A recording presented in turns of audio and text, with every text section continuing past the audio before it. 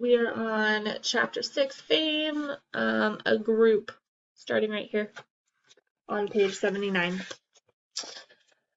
A group is made up of many males and females. There were about 50 in the group that Jane knew. The group lives within a home range. An adult male is always the leader and may stay in charge for as long as 10 years. When the leader becomes too old and weak, most often younger males will fight one another to be the next leader. Page 80, 81. Goliath was the leader or alpha male when Jane first went to Gombe. Later, a chimp named Mike replaced Goliath. Mike was not a big, strong chimp, but he was clever. He acted big and strong, which made the other males fear and respect him. Among the females, Flo was the most respected. In 1964, she had another baby. Jane and Hugo called him Flint. They did not know who Flint's father was. Male and female chimps do not pair off and live together, nor does the male chimp take part in raising his young. The mother chimp cares for the young by herself. Flo often came into the camp with her new baby, so Jane saw close up how an infant chimp develops. Like a newborn human baby, a newborn chimp is helpless. Flint depended on Flo for milk, to keep him safe and to carry him around. For the first 5 or 6 months, Flint clung to the fur on his mother's belly. Afterward, Flo made him ride on her back. By the time most chimps are a year old, they can walk steadily, but chimps will ride on their mothers until they are about 2 years old. After that, they travel on their own, still staying close to their mother. 82, 83. Flint had two much older brothers, Fegan and Fabian. His sister Fifi was 4 when he was born. Fifi was fascinated with little Flint. She wanted to be around him all the time. When he was older, Fifi would hold him and take him for rides on her back. She was learning to be a mother. Flo was an excellent mother. In fact, most of the female chimps at Gombe were good mothers. They kept their babies very close to them. The chimp mothers gave their babies lots of love and attention. They cuddled them. They protected them. They did not punish their babies for misbehaving. Instead, a chimp mother would distract a baby to stop naughty behavior. They let their babies have lots of playtime. The little chimps chased and tickled one another and played games like tug-of-war. 84, 85.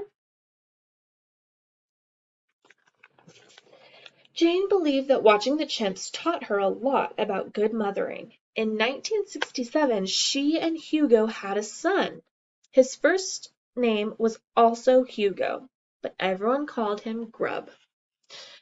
There was an important question of safety now that Jane had a child. A baby would not know to be careful around chimps, and chimps had been known to attack human infants. So Jane and Hugo moved to a house by the lake to keep Grub safe. Jane spent most of her time caring for him while students went into the forest to observe the chimps. Little Grub loved to swim in the lake and go fishing. 86, 87.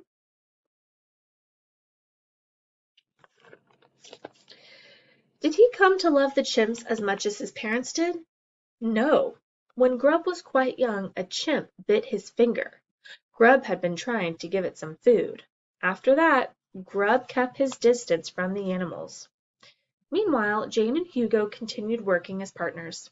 They wrote books together and made many films together. Jane wrote many books by herself that became very popular.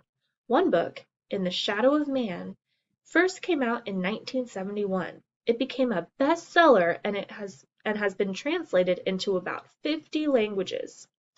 In December 1965, an hour-long program appeared on national TV in the United States. It was called Miss Goodall and the Wild Chimpanzees. Viewers were fascinated by the chimps. They were equally fascinated by the pretty young Jane Goodall. Jane became famous. Over the years, Jane became world famous. Perhaps it was difficult for Hugo to be married to a superstar. Though they remained friends, after 10 years of marriage, Hugo and Jane got divorced. 88, 89.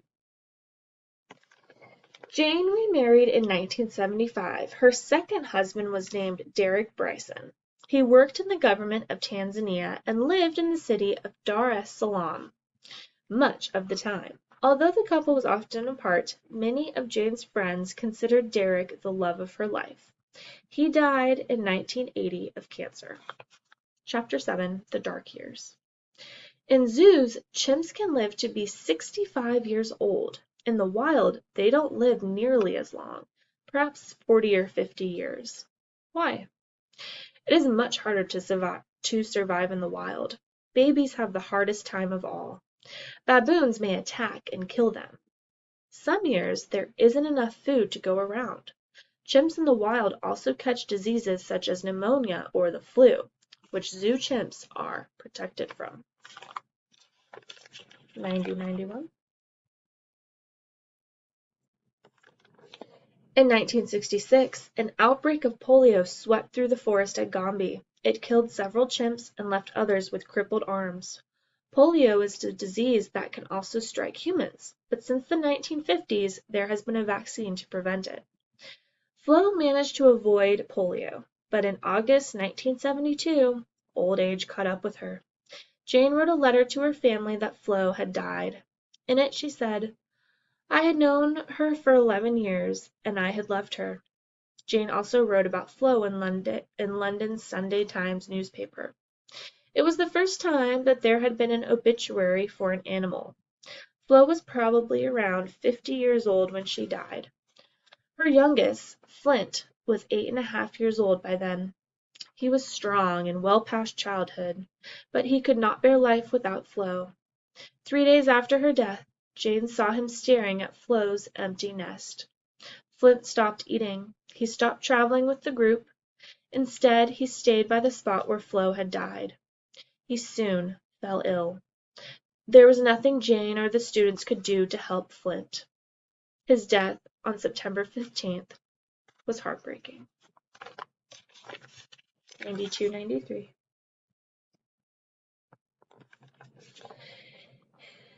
In 2012, on the television show 60 Minutes, Jane said that at first she had thought chimps were like humans, only nicer. Perhaps she and Flo and David Greybeard in mind when she said that. However, the longer Jane remained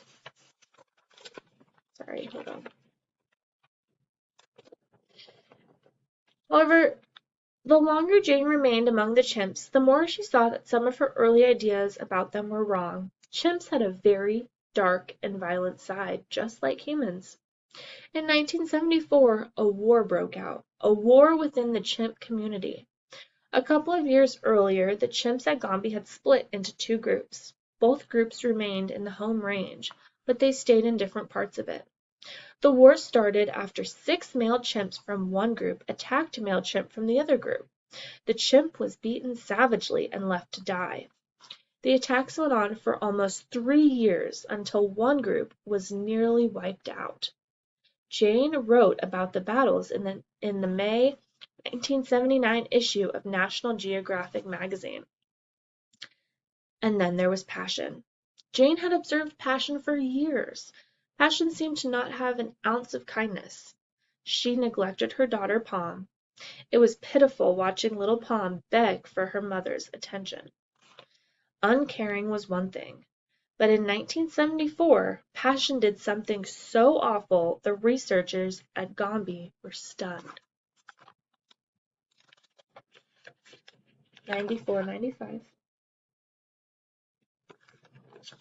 Jane was away from camp but heard the story upon her return. Gilka had just given birth to an infant daughter. Like Flo, Gilka was a loving mother. She was sitting in the sun, cradling her tiny newborn, when all of a sudden Passion appeared. Without warning, she charged at Gilka. Gilka tried to escape, but polio had crippled her hand. She could not run fast enough. Passion snatched Gilka's baby and after killing it, fed on it until every last bit was gone. There have been several instances of babies suddenly disappearing. Now Jane believed that Passion had probably killed them too. Why did she behave this way? Jane had no answer. But Passion's actions forced Jane to change her thinking about chimps. Another awful event struck the camp the following year. In May 1975, this time the chimps were not involved. 96, 97. Armed with grenades and guns, a group of men came into Gombe and kidnapped 4 students. They demanded money for their freedom. A ransom was paid, and the students all returned unharmed. But after that, no more foreign students lived at Gombe. Instead, trained field staff from Tanzania did the work of American and European research students. Grubb was growing up. Now he spent the school year in England. It was lonely without him. Jane spent less and less time at Gombe. The nature of her work was changing. In 1977, the Jane Goodall Institute was founded. Its goal is to continue the study of chimps at Gombe and protect them as well as other wild animals. Then, in 1986, Jane attended a conference with other scientists who studied chimps. They discussed an alarming issue. Unless steps were taken, wild chimps might become extinct. One day, there simply would be no more of these amazing creatures left. Why? Their forest homes were being destroyed to make way for villages. That meant there was less food for the chimps to eat and less land for them to roam in.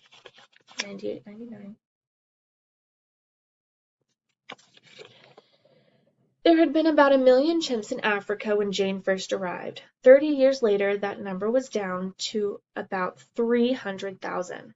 Jane began a program called Take Care. Through it, more than 1 million trees have been planted in Africa to bring stripped forests back to life. Take Care also helped people living near chimp groups improve their lives.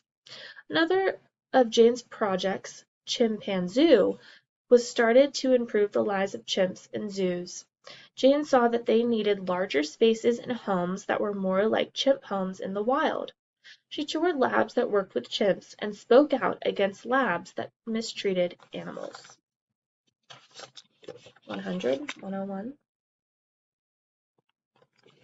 Today, Jane still has a house in Tanzania. Grubb and his children live right next door. But Jane comes to Gombe only twice a year for short visits. She spends 300 days a year traveling around the world giving talks to make people aware of the causes that are most important to her. Jane's mother, Vaughn, who died in 2000, always encouraged her daughter to follow her dreams. So it seems entirely fitting that Jane would want to do the same for children today. In 1991, a group of 16 local African teenagers met with Jane and started the first Roots and Shoots Club. Roots and Shoots clubs are for kids who, like young Jane, want to learn about animals as well as ways of protecting them. Now there are Roots and Shoots clubs in more than 120 countries. 102, last page. And to think it all started with a funny toy chimpanzee named Jubilee. Where do chimps sleep? Chimps make nests to sleep in. A chimp finds a place in a tree where several limbs branch off. In just a couple of minutes, the chimp builds a nest by bending branches together. This nest is where the chimp will sleep that night. Usually a nest is used only once. The next day, the chimp will build a new nest in a new tree. On page 104 and 105, you have the timeline. So you have the timeline of Jane Goodall's life. And then on this timeline, this is the timeline of the world. So you can see what was happening in the world and what Jane was doing at the same time. Okay, we'll talk a little bit more about that in class, but you can look back at this whenever you want. And just like all of the recordings, go ahead and listen to them as much as you need to, pause them, rewind, and hopefully this helps.